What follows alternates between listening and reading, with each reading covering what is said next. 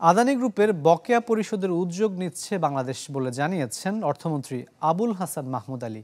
আর আদানি গ্রুপের পরিচালক প্রণব বিনোদান আদানি জানান যে বাংলাদেশে আরও বিনিয়োগে আগ্রহী তারা। বুধবার বিকেলে সচিবালয়ে অর্থমন্ত্রী আবুল হাসান মাহমুদ আলীর সঙ্গে সাক্ষাৎ করেন আদানি। সৌজন্য সাক্ষাৎ বলা হলেও বাংলাদেশ সরকারের কাছে ব্যবসায়ী গ্রুপটির বিদ্যুৎ বিক্রির বকেয়া অর্থ পরিশোধের আলোচনাও ছিল এদিনের বৈঠকে। পরে অবশ্য অর্থমন্ত্রী জানান যে আলোচনা হয়েছে, তবে বকেয়া নিয়ে আদানির পক্ষ থেকে কোনো চাপ নেই। পারস্পরিক বাণিজ্যিক সম্পর্ক এগিয়ে নিতে অর্থমন্ত্রীকে আদানি গ্রুপের কার্যক্রম দেখার আনুষ্ঠানিক আমন্ত্রণও জানান তিনি। বিনিয়োগ তো আমরা ওয়েলকাম করি, কাজে ওরা তো অলরেডি করেছে অনেক, আরও করতে চায়। পানা টানা দিব না, আমরা দিব স্যার। সেটা নিয়ে কি আজকে কিছু বলেছে? না, ওর কিছু বলে না। I think there are a lot of opportunities that Bangladesh has to offer. We are seeing how we can play a role to do some investment in Bangladesh.